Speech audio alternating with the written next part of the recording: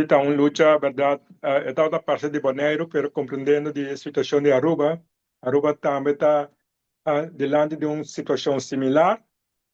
si me puedo decir de forma aquí, pero está algo que está concerni algo más fundamental que o partido não político, que o líder não político, que o assunto não de papel que Holanda, que assunto é algo mais fundamental, mais profundo, está a nível de pueblo. Também que pensa por claro, algo é tipo de discussão aqui, conversação, é o tipo de tópico aqui que da autodeterminação, que é direito de um pueblo, não direito de político não,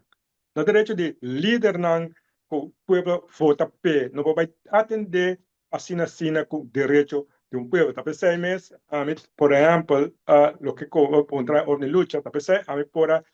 decidir de tomar luta e isso brinca para mim direito na primeiro lugar humano não, e depois é quando para todo o pueblo bonaiano também.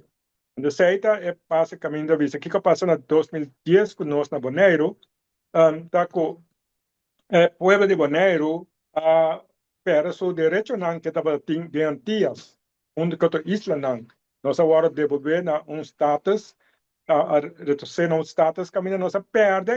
a autonomia, que nós perde a posição, que nós tem tempo que nós podemos atender nosso assunto na arriba nos mesmas islas, nós podemos tomar decisão na arriba nos mesmas islas, e também controle de para fora de Bonaire, que é de Holanda, estava minimal,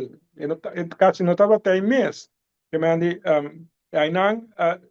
aí nós, a mim